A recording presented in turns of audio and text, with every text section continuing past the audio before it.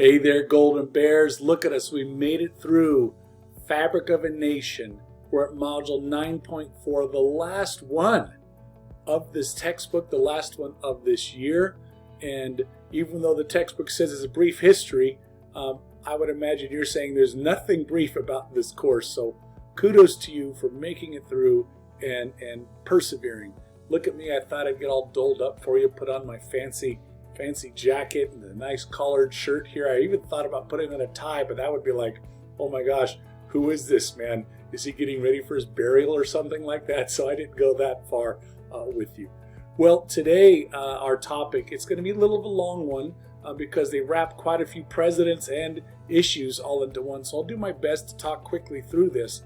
But this global war on terror and political conflict at home is the key theme. And I think a mental picture, a visual picture of this as I was trying to recognize what is the global war on terror and conflict at home. What did that feel like to most Americans during that time period of the 2000s to 2015?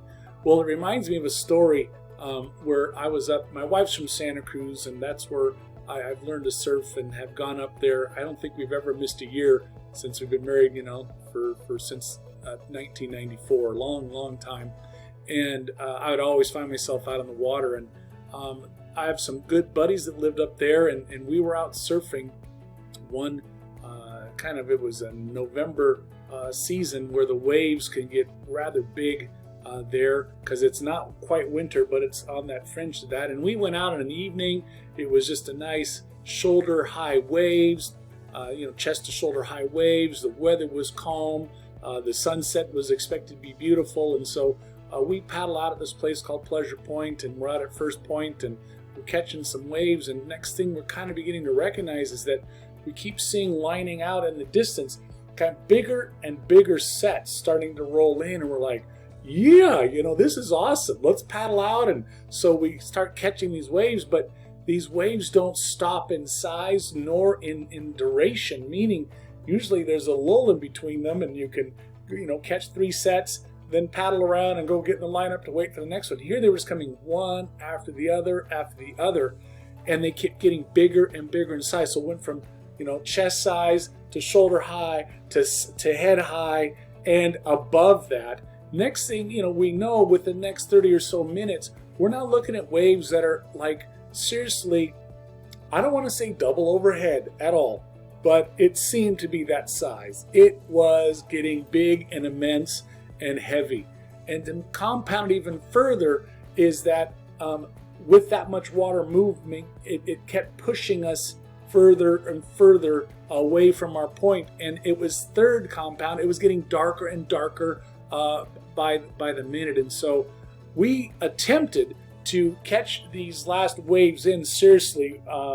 Caught one, I don't know how, by God's mercy, I was able to catch one, and we're aiming for the typical exit point, which is a cemented stairwell down. But because of the rising tide and the waves that were coming with such strength, we couldn't time it to where we can come in and have confidence to be able to get off of our board, scramble up the stairs, and make it past us without getting clobbered by another one coming behind it and behind it and behind it.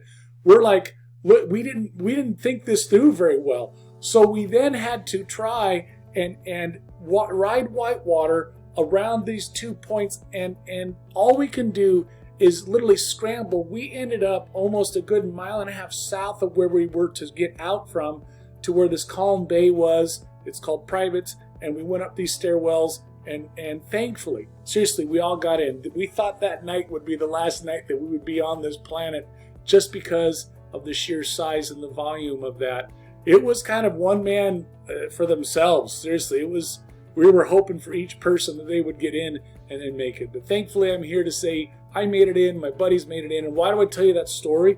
Is that with this war on terror and what happened at 9/11 and what happened in ensuing years, is that there was this, sense of always something building, always something brewing, always something that was on the horizon that you don't know what could happen next.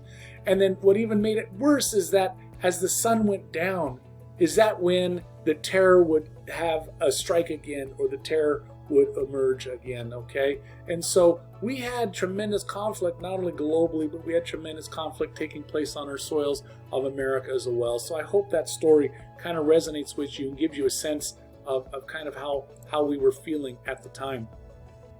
Well, during this time, President Bush, who was the recently elected president, had to come up with a strategy to make sure that the FBI, the CIA, other local agencies were talking to each other, because they determined and felt that had these agencies been sharing information more liberally, instead of safeguarding it as like they were their own silos and they never crossed these walls, this could have been prevented, because Osama bin Laden and many of his other terrorist network were on the radar, let's say, of FBI, but they weren't on the CIA, or they were on CIA and they weren't being talked to the FBI. And so with that, this Homeland Department security was developed, which I'll talk a little bit more about that as we progress through. So some learning targets that we have of this time period is that we're going to see how America changes dramatically in this 21st century, but sometimes this change comes at a very high price point. And in this high price point is America is going to begin facing issues of what does immigration look like, and diversity and gender and the family structures and economic inequality. All of these are aspects that emerge during this time. And so I want to tell you yet another little story that will kind of connect with this. This is called Split Mountain.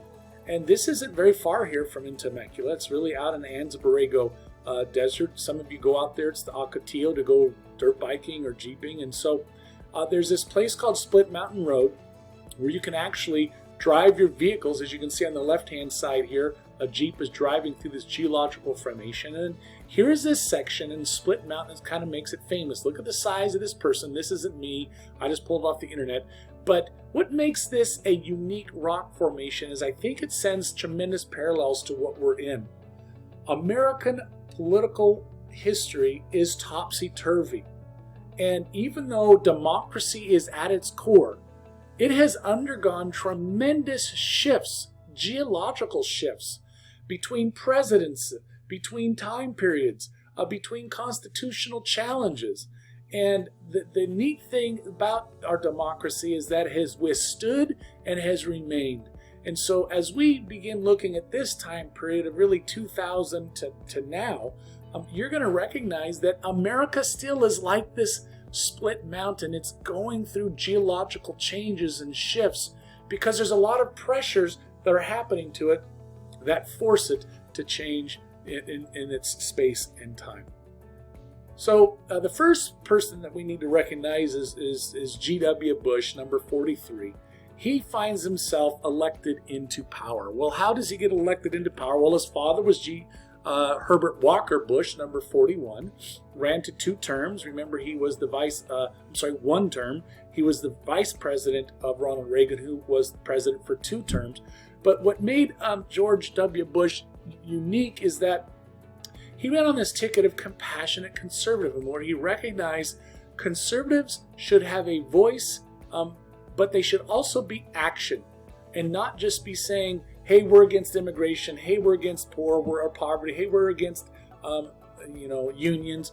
They believed that there should be some aspect of the local church or the local nonprofits, they're called NGOs, non-government operations, to begin meeting the needs of the local community. This was a unique idea for the Republican Party, and with this ticket, he found himself kind of being a pretty good contender for the Republican ticket.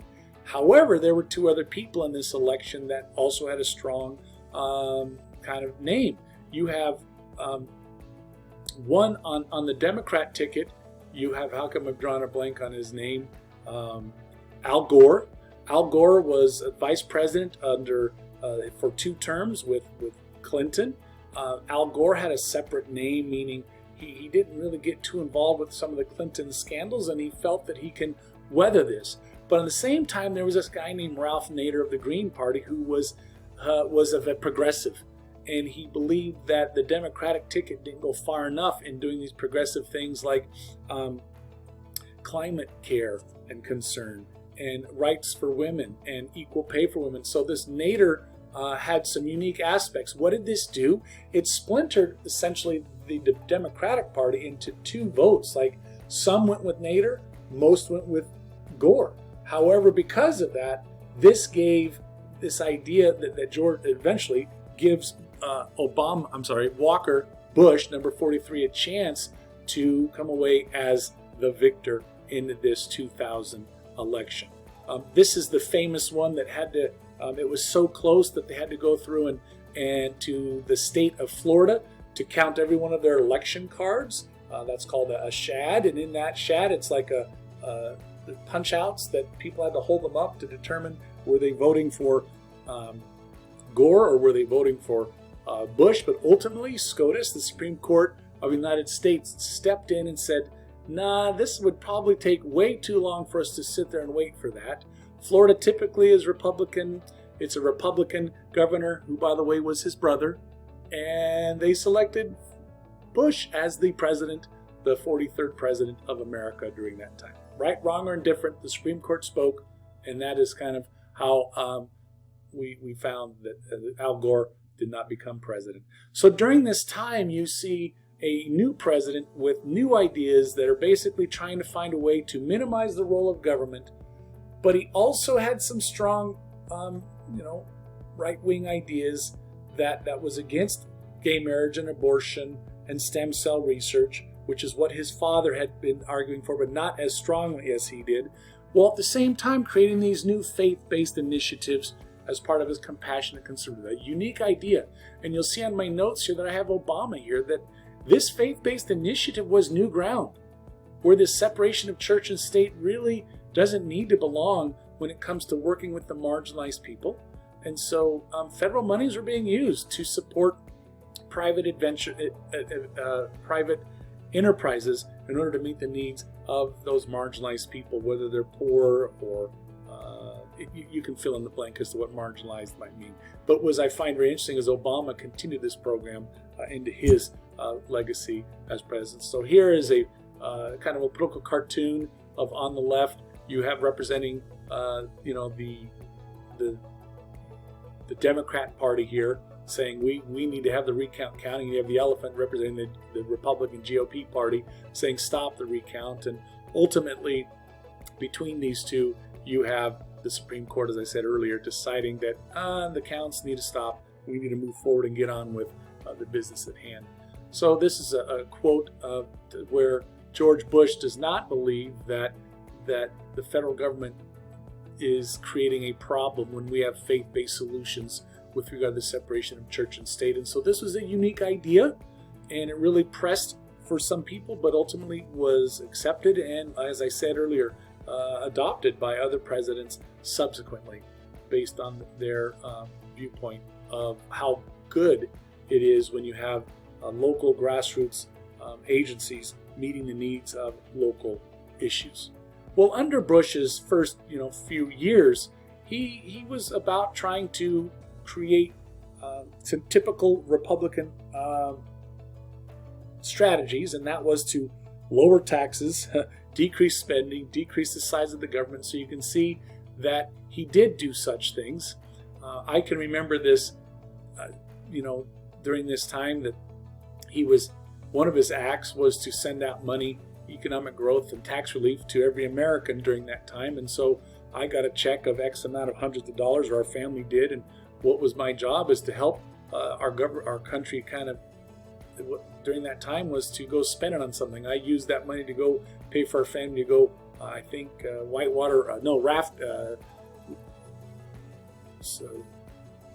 sea kayaking. That's what it was, sea kayaking up in the Monterey Bay. It was a rather cool thing, and it was good to use that money to help support other businesses. But we need to recognize that these policies that Bush is putting forward really have an impact on it's very unequal.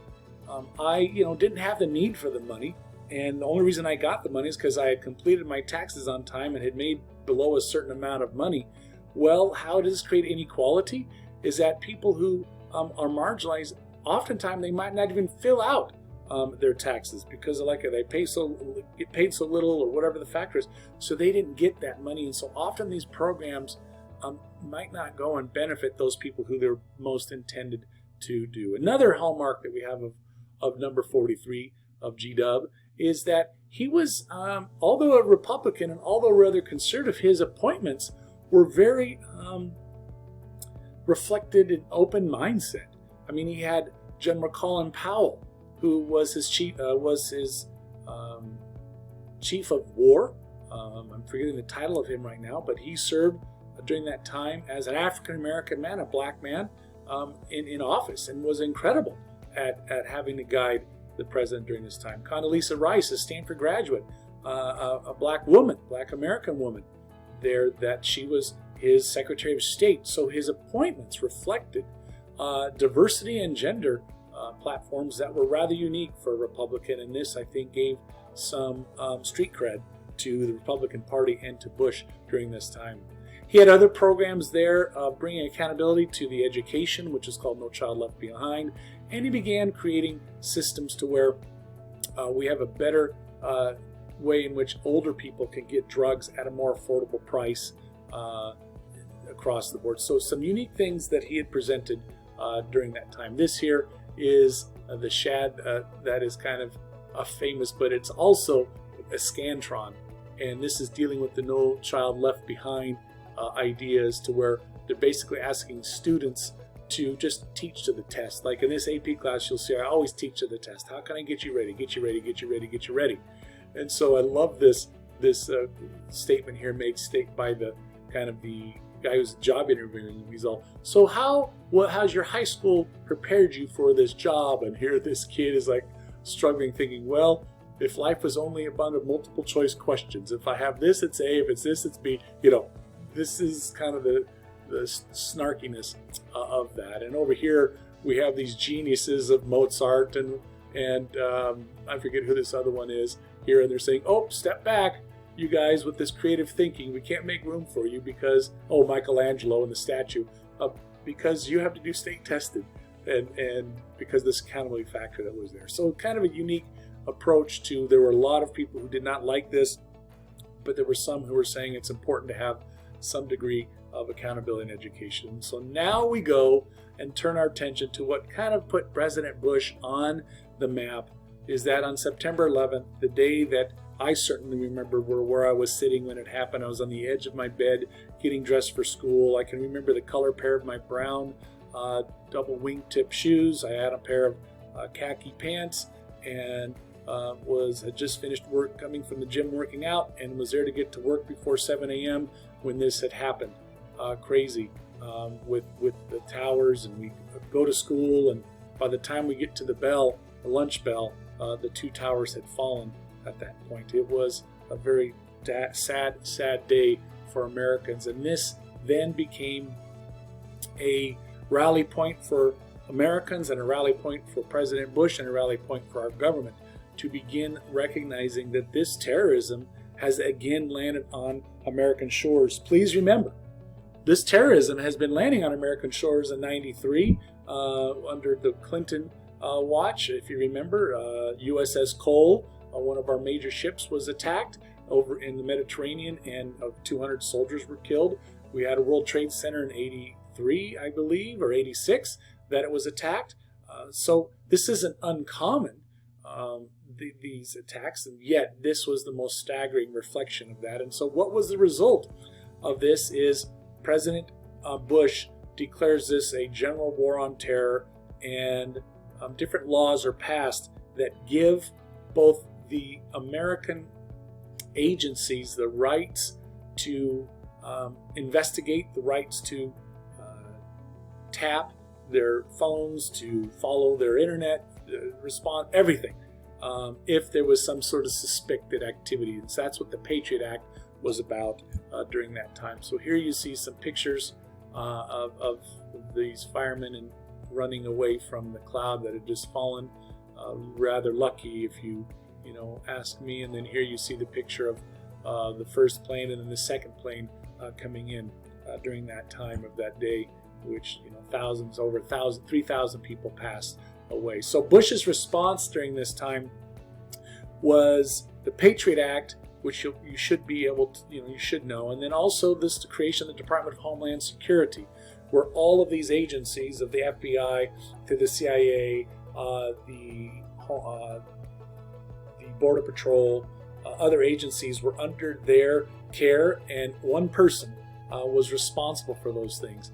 Another thing that happened, and this is something I was very thankful for, I was concerned if there would be a lot of anti-Muslim kind of hatred and mistreatment of them. And if you remember the executive order of 9066 that FDR had passed against the Japanese after they bombed Pearl Harbor, I wondered if something like that was going to happen.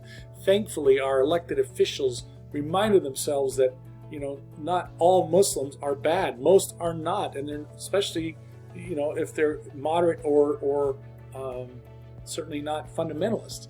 And so this was a good response that America didn't send out an executive order to put all of them in internment camps just because of the fear of what we have. But what it did do is it forced Bush to begin making choices as to, are we going to become a continued passive player on the world stage, or are we going to become more active in that? And so we've gone from trying to be the peacemaker that, in the early 1990s, remember the fall of the Berlin Wall and the collapse of the Soviet Union, and America kind of became the largest policing agent force in the world at the time, and that was what everybody looked to us to do. Now it came to where Bush's doctrine is we're going to preemptively go and pursue any of these actors of war. He calls them anybody who's part of this axis of evil. And interestingly enough, about the axis of evil, please be minded that that's some of the language that was used during World War II when they spoke of Hitler, because Hitler was part of the Axis powers. And so for President Bush to use that language to declare Iraq and Iran and North Korea all in cahoots, there is some parallels to when there was when Germany and Japan and Italy were in cahoots as part of the Axis powers. So it's very kind of easily compare contrast there that you can look at that we'll talk about more when we're in class in session. So here you have Tom Ridge right here and his wife being sworn in by GW number 43 and his Vice President Dick Cheney there to lead this Homeland Security, a new group that still exists to this day to keep American soil safe. We'll talk about these political cartoons when we're more in class, so I can kind of keep moving forward. Well, what is interesting is that in order for the president and the Americas to hopefully convey to America why we need to continue to not just go and pursue Osama bin Laden, but how we need to take out Iraq, Saddam Hussein, there was this mindset that Iraq was stockpiling these weapons. And even though history has shown that there was no stockpile of weapons ever found, that there was no direct correlation between Saddam Hussein ever giving opportunities for Osama bin Laden and his terrorist network to be working in Iraq, nonetheless, America did not get any support from the United Nations. In fact, very different than what happened when his father, number 41, invaded Iraq, and because they had, if you remember, they had taken Kuwait, and over 43 United Nations joined in this. But in this situation, no other nation other than Great Britain said, no, we don't think this is a valid reason why you need to join in to fight against, Iraq, Saddam Hussein. Ultimately, we show up and this war drags on and on and on. Bush uses this as a way to use our Homeland Security and our CIA operatives to begin looking for Al-Qaeda network people that are in Pakistan or that are in Iraq or that are in Syria. And what happens is they begin, these combatants, they're called, are never given their Geneva rights.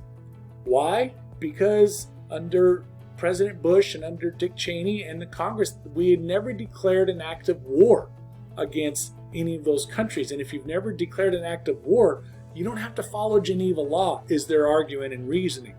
So what did this enable us to do? It enabled America to capture these people and then take them to secret bases across the globe that we had. One of them, namely Guantanamo there in Cuba, which has been ours since 1901 when we defeated the Spain, in the Spanish-American War.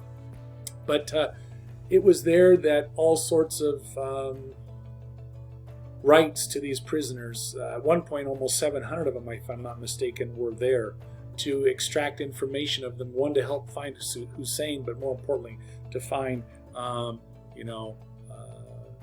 Osama bin Laden and his network of things. So we'll talk more about Guantanamo Bay when we're in class, and also these political cartoons while there. Well, Bush was reelected.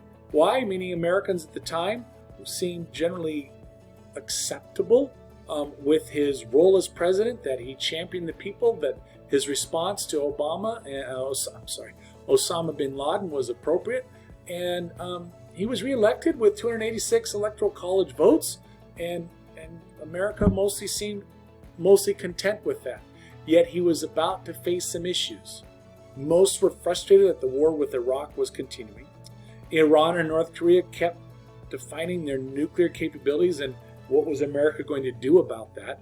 And what really was the downfall of Bush and how the public opinion went against him was the federal government's lack of response when the worst natural disaster on American soil, called Hurricane Katrina, hit the soil just right there above New Orleans. And, thousands upon thousands of people were displaced because of this, and over 1,800 people died in this hurricane. What was the biggest challenge is that both the local and federal government were ill-equipped and did not respond in a measured means. Some argue, some news media pundits say, well, both basically because those in the South are predominantly Democrat and those in New Orleans always vote Democrat, maybe the Republicans weren't quick to respond. I'm not here to, consider, do you think a government would be willing to put 1,800 people to die simply because of if they're Democrat or Republican? You get to make those decisions and choices of that. I have the opinion that our government just was ill-equipped and ill-prepared to handle some things, but it could have handled a lot differently to say, we will be there, we are messed up right now, and we will get better at this. And subsequently, when disasters happened under Obama's watch and even under Trump's watch, you'll see that our government has been able to respond much faster and much better and with better resources. Was that because lessons learned in Katrina? 100% yes. They came up with playbooks of how to do things better and to get help to the people at a much faster rate. So the Great Recession hits, and this is the last year of President Bush. This Great Recession, Obama, when he was running for office, loved to blame Bush for this. Bush had no clue what was happening. No economist had no clue what was happening. None of the smartest people in the world knew what was about to happen. So, but it's just politicians love to kind of blame the other for why these things took place. Just as Trump loved to blame problems on the Obama administration and vice versa. It's just politics of this. But we need to discover and unpack for a brief bit as to this thing called the Great Recession on his last year. The Dow Industrial Average, that's the Dow, which is basically looking at the top 200 companies in America, the strongest, most prolific, and the ones that create the greatest degree of jobs and domestic product to sell overseas or locally, okay? You'll recognize them. It's everything from Walmart to Disney to Boeing Airlines to McDonald's. There's 200 of these companies, okay? Well, that Dow Jones measures how those companies are doing, and it typically sets the stock market at a certain valuation. Well, during this time in 2008, it was at 14,000 valuation. In a matter of less than 3 weeks, it went from 14 to 6,000. That means trillions of dollars were lost for every American and every business across the globe. A major, major catastrophe for this. How did this happen? Well, as we look back, there was some, deregulation of certain industries, specifically in the financial industry, that was done during the Clinton, era, that allowed banks to come up with different formulas to bundle. I'll talk about that here in a moment. Again, it was easy for people to borrow money to buy homes. I heard stories of, in Florida, there was one gal who was a hairstylist. She owned 3 homes as a hairstylist. I'm not implying they don't make good money, but, to be able to qualify for 3 homes, it seemed kind of ridiculous. There were banks that were using computer models that were not tested, And so when those computer models go into place and they are written in such a way that as things begin to spiral this way, all they do is either they shut down because of the code that is written, or they then begin doing a continued sell-off because they sense that there's a run on that particular thing, which then even makes it even worse of sorts. But I want to talk about this thing here called the credit default swaps that is ultimately the cause of this. A credit default swap is the stock market rates bonds or rates bonds, and bonds are government agencies. Like in the city of Temecula, we sell bonds to build schools, or we sell bonds to build hospitals, or we sell bonds to build our libraries, anything for the public good. And those bonds are only based on how well our city will repay those to those people who bought them. So generally retirement people buy them, hoping that they'll get like a 6% return on investment that is tax-free. What good does this do? Well, the older people who buy them know that that's going to help build schools and make things better. It's kind of a cool system of that. Well, what was being done by these banks is they were taking all these cities who were who weren't paying their bills back, who weren't paying their bonds right back, and they kept devaluing them because they kept not paying them back. So instead of being A++ rating, they were down to the B's, down to the C's, some even were in the F's. And what they did is they took these smaller cities and then put them under a big city that had good credit. And so they were hidden underneath that. I'm just giving you a bigger picture. This isn't exactly how it worked, but I just kind of give a visual for you. And what did this credit default swap mean, basically, is that these large corporations, one of them is like Goldman Sachs, okay? Their job is to buy and sell these large tranches. They're called these large things of bonds. And they were only able to buy them if they had an A++ rating, because that's where me as the consumer, if I'm with the big company Goldman Sachs, I don't want to have my retirement buying junk bonds, they're called, or things below a B. I want to make sure my money's going to be secure. So by repurposing all these things underneath the banner of, let's just say, city of Temecula, yet underneath that you have Murrieta and Menifee and Hemet and San Jacinto and Rainbow and Fallbrook. What if all of those small cities had poor ratings? Well, that's not seen to me as the consumer or Goldman Sachs. All they see is the A+ rating of Temecula, and guess what? They start buying tons of Temecula. What happens? Soon, every one of those cities fell. Boom, boom, boom. Those bonds went belly up, and people lost trillions of dollars, and many of those major corporations that were selling those products, they basically got lost trillions of dollars, and the only way they were out is, what was the solution?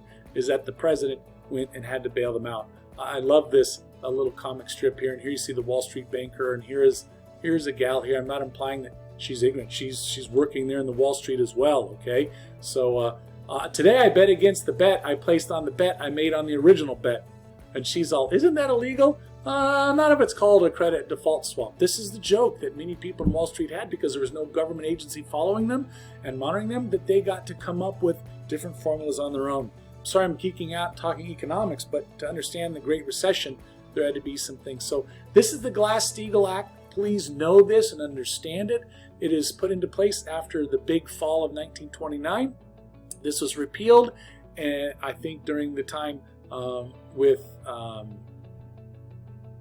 under Clinton's time, and it was brought back by Bush here in the 2008-2009 crisis, saying we need to get the government following and monitoring these types of things going on. Well, to the sake of time, you just need to recognize that there's a famous saying that when America sneezes, the rest of the world catches the cold. Well, in this situation with the Great Recession, when America, had its leg amputated, the rest of the world lost like all of their limbs. That's how it dramatically influenced them in terms of the economic instability of things during that time.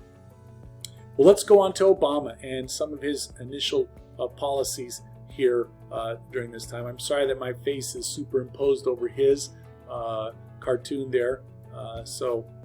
Anyhow, I don't want to move it because it kind of messes up the thing. Well, Bush, he loses the election. How does he lose this election? Well, many people were blamed the recession on him. and the institutes of banking on him and the Republican Party and how they like to have less government intervention. And so it was really easy to sit there for Obama to say, this is on him and I will get you out of this.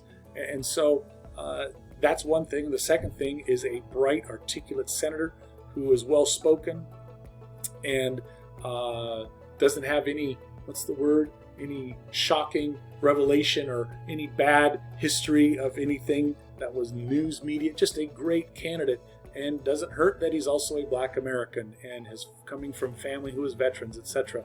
He steps in as president, the first Black American president, and it was a great time for America to be a sense of redemption. There's a political cartoon here. I'm going a little too forward here, but look at this. This is Abe Lincoln here celebrating that finally, with the arrival of the first slave in 1619, and then his Emancipation Proclamation and his, the 13th and 14th and 15th Amendment passing on the heels of his death, we see a new hope there across the landscape of America with the election of a Black man, and then with Biden coming into office and Kamala Harris being the first Black woman and vice president to boot.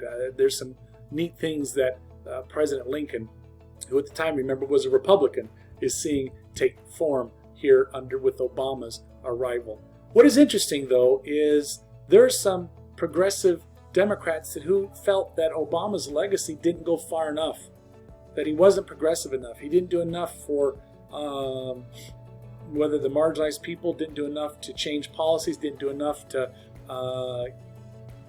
minimize the inequalities that were out there. It was interesting how many policies that Obama did kind of maintain some of Bush's standards and policies of that. So please note that, and that's what this comic strip was about, because when Obama came into power as president, he recognized that, well, maybe some of these policies that President Bush, I might have badmouthed them before, but maybe they weren't so far off in trying to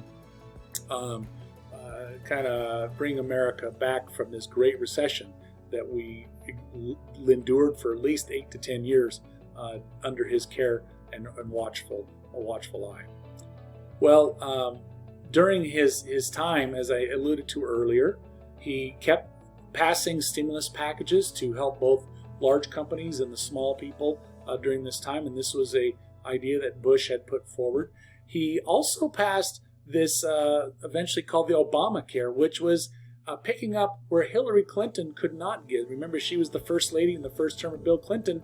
She was trying to get health care for all passed. It didn't pass Congress, and Obama did. Why? He was, he had both the senators and Congress were Democrat held, and so the majority vote simply went to that way. So it made it easy for him and his Democratic Party to overturn quite a bit of the things that might have been done in prior predecessors, either executive orders or laws that they had passed. For instance, the Don't Ask, Don't Tell policy that Bill Clinton had passed, if you remember, in the second, going into his second term, he was running for office, and he passed some legislations here that, like for instance, the DACA Act, etc., that many Democrats were so frustrated with that he wouldn't give more rights to the gays serving in the military. He felt he waffled and did this Don't Ask, Don't Tell policy.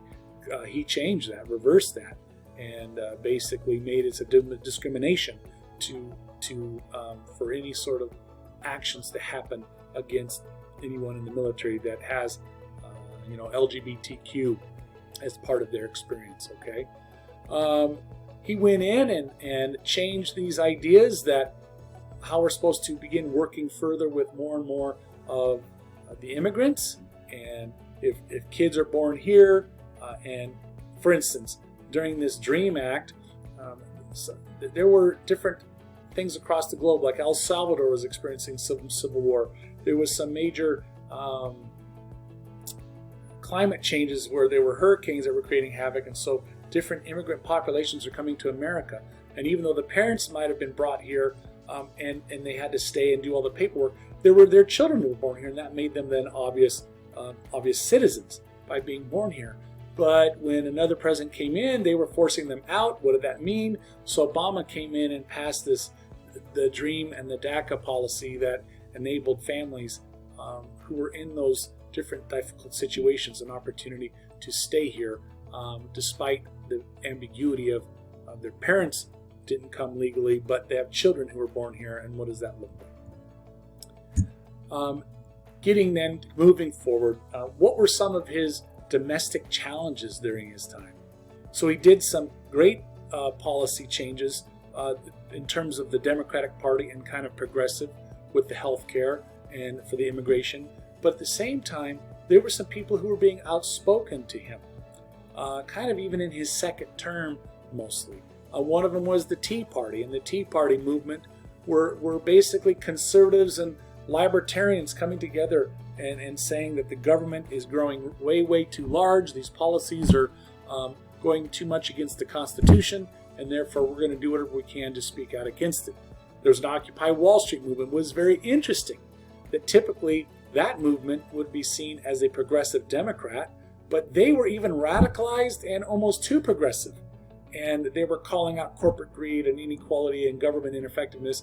And so even though most of them probably voted for President Obama, many of them were frustrated that there hasn't been enough change during his presidency during this time. Why? Was it because of NAFTA? Was it because of WTO? We're going to talk about those when we're in class together. So here's some more political cartoons that we'll look at when we're together in class. And coming to the end of his presidency in his second term, he used his second term to really work on passing things that were his biggest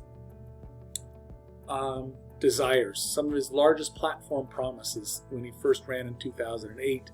And so here you begin seeing his support of overturning various things that even Clinton had put into action back in 1996. He was part of encouraging the Supreme Court and the Obergefell and Hodges, which legalized the same-sex marriage nationwide. He began addressing the climate change, which was a Nixon and Carter thing, but no other president really picked it up during that time. Under his watch, he was there to see this social protest kind of evolving around this young man named Trayvon Martin, who was killed. And these protests have created this hashtag called Black Lives Matter, where it's advocating for police. It's like changing how our criminal system and police reforms are viewed during this time. And so very significant domestic policies were being changed under his second term that he had argued needed to be changed a long time ago, or long overdue. So here's a picture here of Trayvon Martin in the upper left, and you can see President Obama there mirroring some of the same face and look to Trayvon, and him saying, this very well could have been me at 13 or 14 years of age. Instead, it was not, and I became president. So yeah, President Obama and the Democrat Party were earnestly, strikingly trying to create tremendous change during this season. What a great opportunity. We'll talk about this in class, but you can see how LBJ, Obama, and FDR, what were the similarities that they shared in trying to create a society that was safer for all.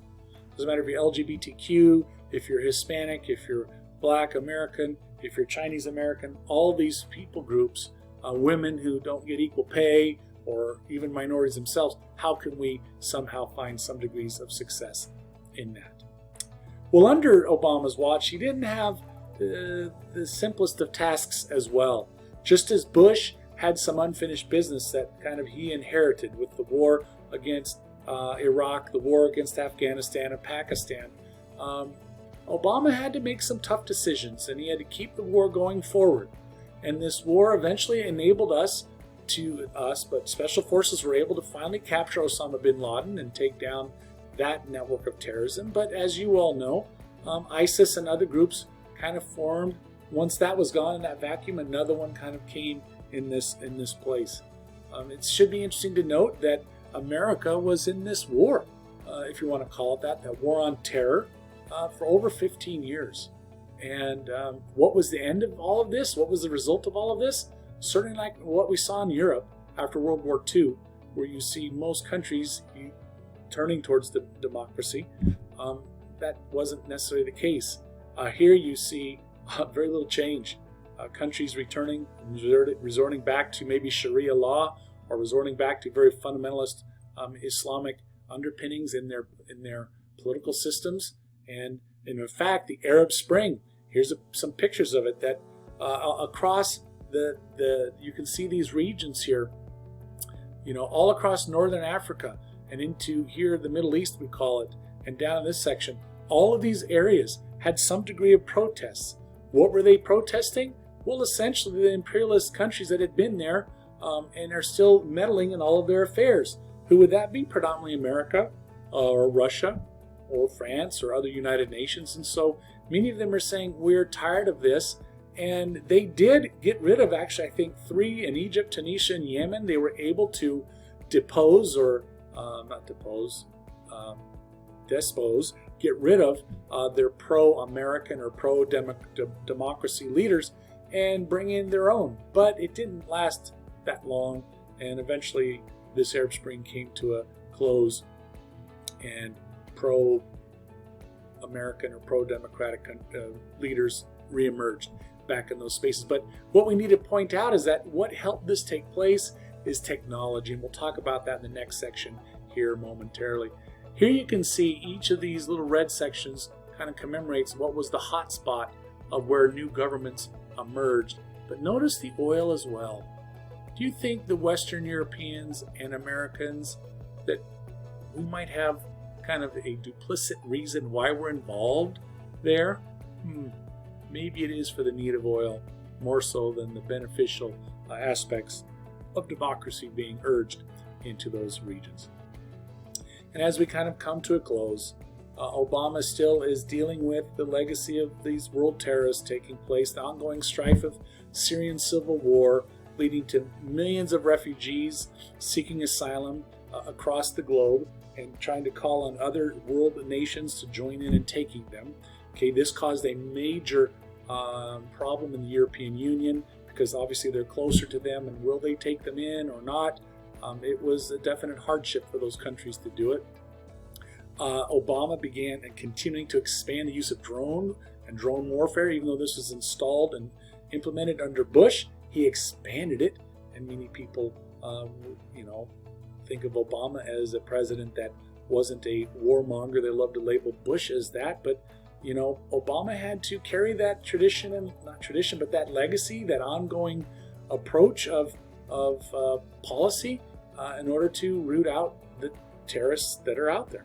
And so under his watch as well, he expanded the role of the NSA, which is a large agency that was collecting data from America's cell phones, anything we emailed, etc., and created agencies that monitored Americans far and wide, and listening to them to see if, in fact, we were doing, illegal activities or planning something against America. So here you have Eric Snowden, one who's paid for by the government, who was a decorated soldier, who then went into private industry, and in private industry worked for the government as a contractor. He then gave to a newspaper and a few reporters there a breaking story of how America has been collecting all this data on Americans, and with Americans not knowing because of the Patriot Act, etc. And so here's a picture in Utah. I think this is outside of Provo, and where this NSA, one such thing, and there's 2 or 3 others, where seriously all data was going into there and putting these huge computers stored there for future use against Americans if it was ever needed, and also to filter out, parse out if anybody was planning any sort of attack on American soil. Well, Obama as well, his legacy continues. It was tough in the last part as well. He did attempt to create normalization of equality with Cuba, which is unique. I mean, we haven't done business with Cuba since Fidel Castro was there in the late 59, early 61, and that's been since Eisenhower and Kennedy.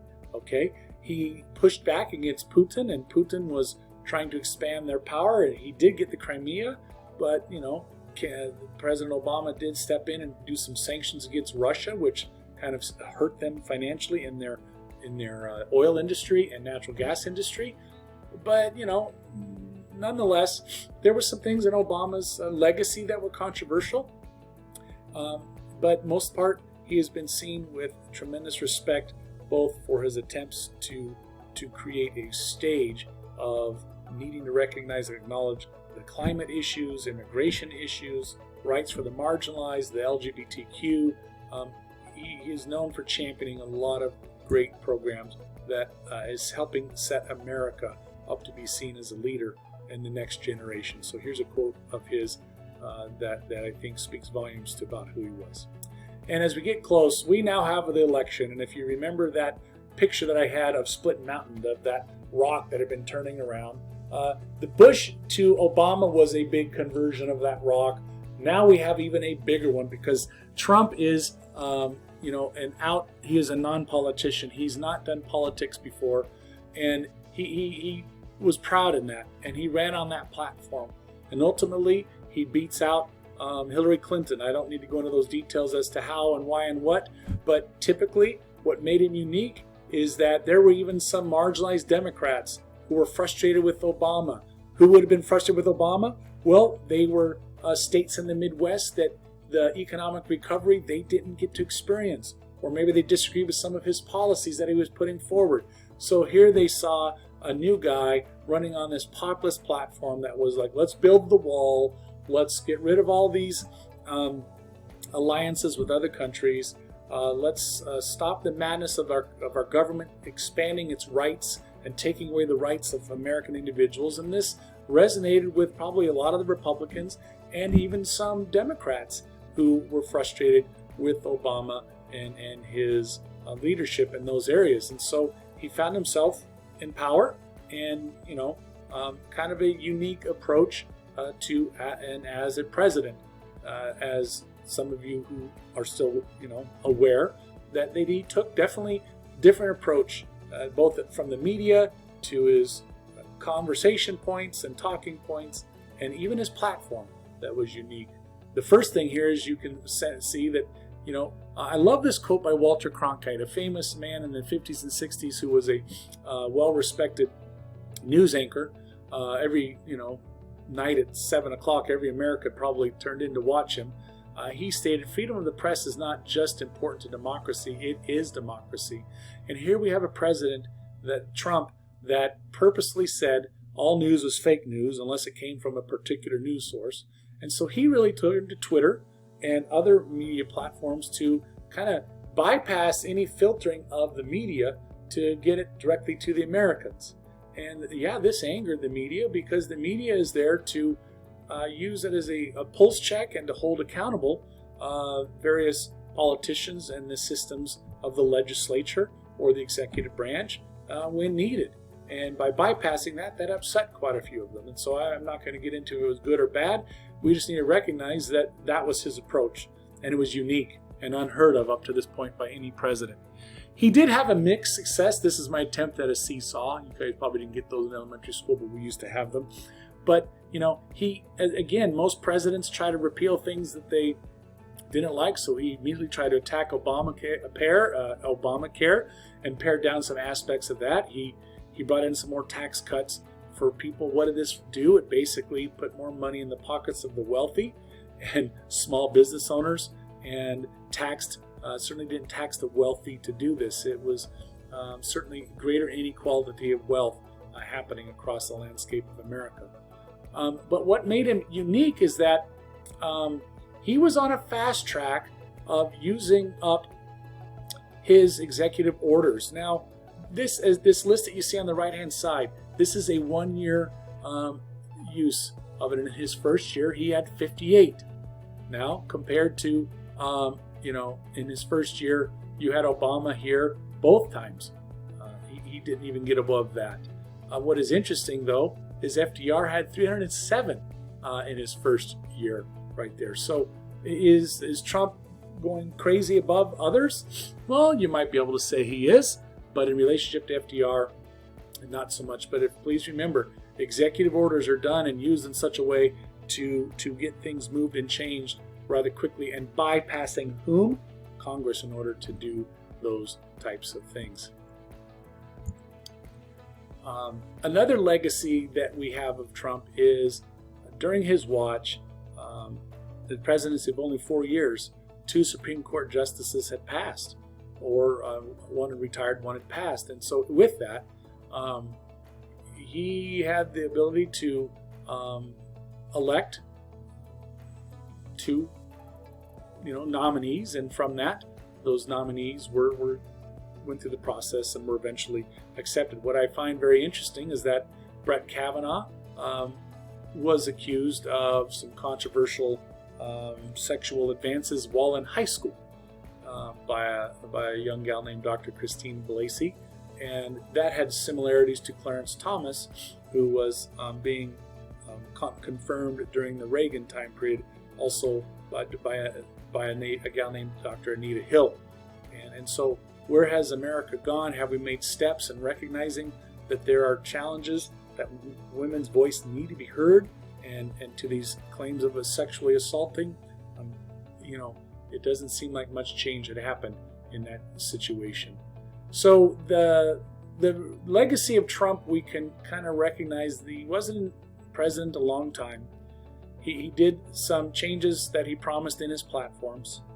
He did unravel some of the things that Obama and others had worked on to put into action, namely the Paris Peace Climate, the trade relations with Cuba, the Iran nuclear deal. And these were all promises he made that got him into office.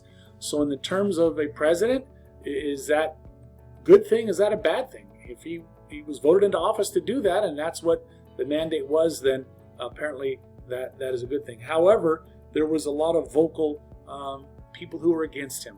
And here in the first 2 weeks, there's a video that we can watch when we're in class together, but of I don't want to call them boycotts, but certainly protesters meeting across different places, all within a couple of weeks, speaking out of his recent election.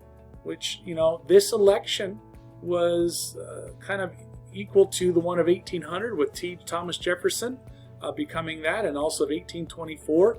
Those are big elections. 1824 was with Andrew Jackson, if I'm not mistaken. And so this is a big tumultuous election, and many Americans weren't quite ready for that.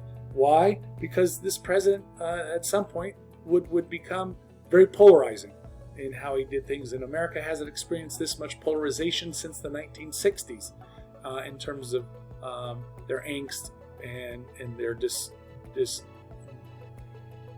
challenges with their executive power during that time. So with that, as we come to close to conclusion, we need to recognize that what does it look like in the future? Where is America going? Where is history taking us?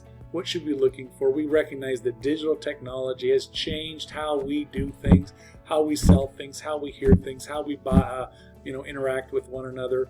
I mean, you have cars nowadays that drive themselves from here to there and everywhere else. It's really an incredible time, and that's a unique season of history. We have conflicts and movements that are continuing to happen, and on some notes maybe creating good, and most notes creating bad. What's creating this is that we have technology that allows these movements to converse, right? Terrorists using it to wreak havoc, protesters using it to help their cause. Sadly, our government uses it to collect data on citizens. So whatever it is, this technology is causing America to probably become more polarized rather than more unified. And this is certainly an aspect that I would hope by you taking a course as this in American history, that you come away with that it isn't perfect, that our country doesn't always do it the best, but you recognize that the end result of democracy, when every voice is heard, every person has a say, that every person's vote can count, and that we take those things into consideration through our legislation and through our voting, that the end result might be messy, but it is better and stands a lot longer in the course of time. So this is a video that you can watch to recognize how digital technology has changed our world and what will be looming ahead. But I have some final comments on this here in a moment, is that because of globalization, and globalization is basically bringing all these different countries that at one time in the 1950s and 60s post-World War II who were kind of not splintered but kind of left to their own devices, now everybody's linked together because of the internet. And what has this resulted in is certain companies growing, certain countries growing in their GDP, whereas others are shrinking and others are experiencing tremendous turmoil and civil wars there. And so this globalization has good things and bad things behind its veiled curtain, if you will. We also see polarization taking place that social media has causing, and we see certain movements emerging that social media has had positive effects, and one of them is being the Me Too movement there. So as we come to a close, and me dressed up for this, and I'm sorry it's gone long, but this is our final chapter of this whole course. This here is Alexis de Tocqueville. And Alexis de Tocqueville came to America post our revolution, and he took notes of what it was like to be America under democracy and this new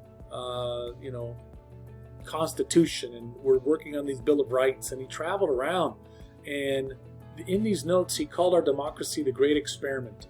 And would this ever work? And he noted that the Great Experiment is fragile. Fragile if you ever become polarized, fragile if you remove faith from the picture, fragile if you remove discourse, fragile if you remove a government that is oppressive, fragile if you remove the laissez-faire economic principles that are needed. He says America is fragile. It's like a little peach, when going well and ripe, it's good, but that fruit could become bruised and nasty. Who wants to eat it? And so I would hope that by the end of this year that you've recognized that this experiment is not over. We have still much more to do, so much more to be involved in, and so much more for you to do your part and recognize that your vote, your involvement is significant, because it is a gentle and fragile experiment that we are part of, and we need to make this work for the next 200 years. So on that note, history is who we are and why we are and the way we are. History is just not the past. History is the present. So thanks for being part of my class and my course this year. I wish you the best. As always, I sign off with my favorite tagline: keep it classy, Golden Bears.